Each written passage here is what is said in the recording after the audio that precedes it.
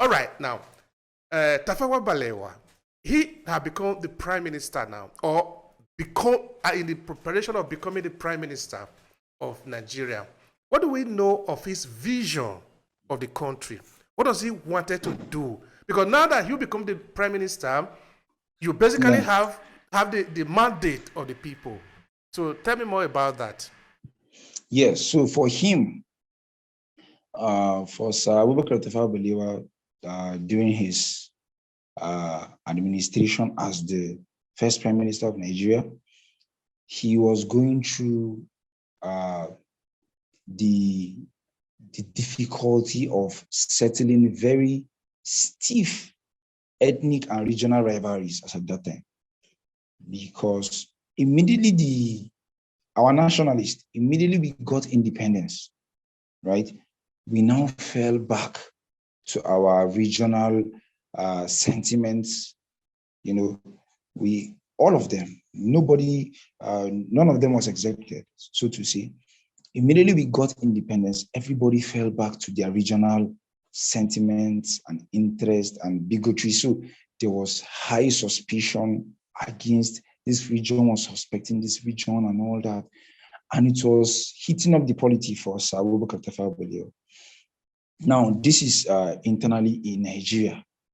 If you look at Africa, he was still battling with, he was still trying to make Nigeria have a voice in the independence of other colonized African countries. You know, because he was also a Pan-African leader. He also helped formed the OAU in 1962. He was very, very instrumental. So he was having that to deal with, and then balancing the interest of the West. So you see, these three things were the things that were bedeviling his administration that he was trying to balance all at the same time. Internally, they were very stiff regional rivalries. The North doesn't believe the Southeast. The Southeast had their issues with the Southwest. The Southwest is saying, forget about the Southeast. Like, so, and all of this came into bear when he was prime minister. Samuel Akintola and the Southwest,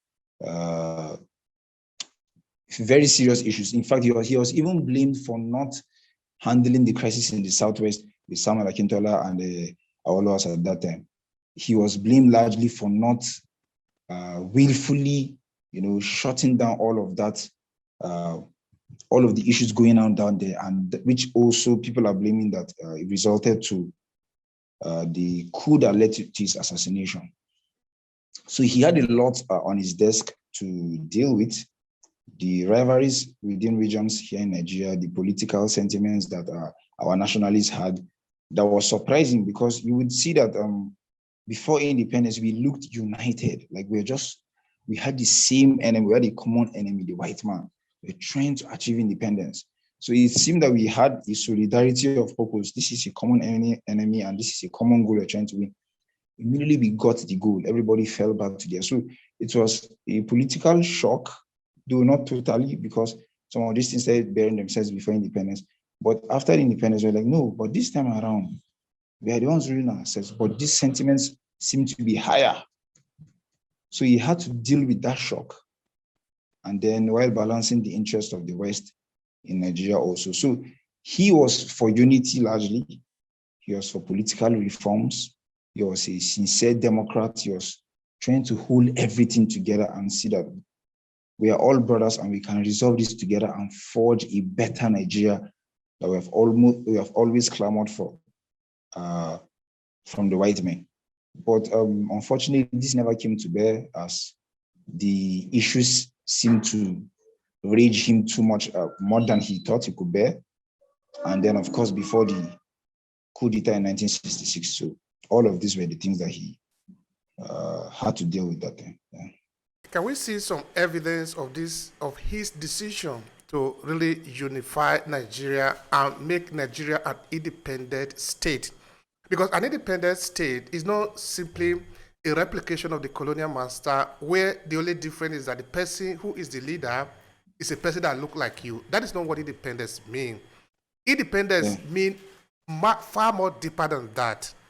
It needed to do with the with the determination of how we are going to even speak our language. You know, in Nigeria, we speak, you and I, we are speaking English now, no? But Yes. we could have actually decided how we want to speak our English, for example, just to start with, no? I know Yeah. we have our Naira, I know we have the military and all that, but the way that we organize this thing, we're supposed to be different. Of course, again, if we mean what kind of independence do we have? Is it the one that will just go to sign with the Queen, or the one that will tell the British that is your way out, like the American did, so that we, among ourselves, we can decide how we want to run our system? Because up until recently, we still need to ask permission from the British. Can we be free? Can you? Because nobody is going to give you freedom. You cannot be. It doesn't happen. It doesn't happen anywhere. I back down a little bit, though. Yes, I can see you're already getting heated up. So Yeah, no, because we need to be sincere to ourselves. Because the thing is, it's hurting us. No, look at a nation like Nigeria. Look at the suffering, the poverty. This is not supposed to be like this. Because there is so much that we are not telling ourselves. What can you tell me in terms of evidence to show the? And I'm not saying that just for this few years that he was in power, he will be able to do everything. That is not what I'm saying. But at okay. least the proof on ground to show that we really wanted to be an independent state, the people who can be their own, that can lead themselves without necessarily becoming slave to the British. For Sir Abubakar Tafawa Balewa, considering his kind of person, even though he had it deep, like deep-seated in him, this independence, this sovereignty, this autonomy to, govern ourselves, self-governance, self-determination as a people, as a country. We have a constitution. We have, he had all of that, but it was his approach that is being criticized largely because people felt he was very soft and loyal to the colonial masters to a fault. Nigeria got independence on paper, 1st October 1960, but we never became a republic until 1963. No. What's the difference between being independent and then becoming a republic? It was in being a republic that we got actual self-determination. It was in being a republic in 1963 that we actually severed ties with the Queen of England as being the supreme head over Nigeria. It was in 1963, not in 1960. All right. So it is still, since it was under his regime, we can say that yes, in as much as we are independent, but we are still connected to the British and all that. People felt it was slow, but it was still an achievement, making sure that at least, whether on paper or in reality, that we are not before 1963, even after 1960, the Queen of England was still the highest, she was still the supreme head over Nigeria. So anything she does not approve or approves will not or will happen in Nigeria. So he had to deal with that carefully as he can, not affecting any party involved, both our past colonial masters and then here in Nigeria, and achieve that status of being a republic in 1963. It was major for us because even parts of our constitutions were amended from that time, which is still part of the things we've been amending till now, But that actually gave us a lot of autonomy to do a lot of things, even though not totally, because we're still fresh from colonialism. The Queen no longer, we stopped giving reports to the Queen. We stopped giving the colonial masters any form of reports from Nigeria. Everything started coming from Nigeria. We could discuss a budget. We could discuss laws. We could discuss. It was from 1963 that it started. So this is largely attributed to Sir Abubakar Tafawa Balewa in terms of trying to see that we get this autonomy and sovereignty as a nation state, which is Nigeria. Then a lot of people still blame the fact that because he never got to complete his tenure as a prime minister, it was cut short in 1966.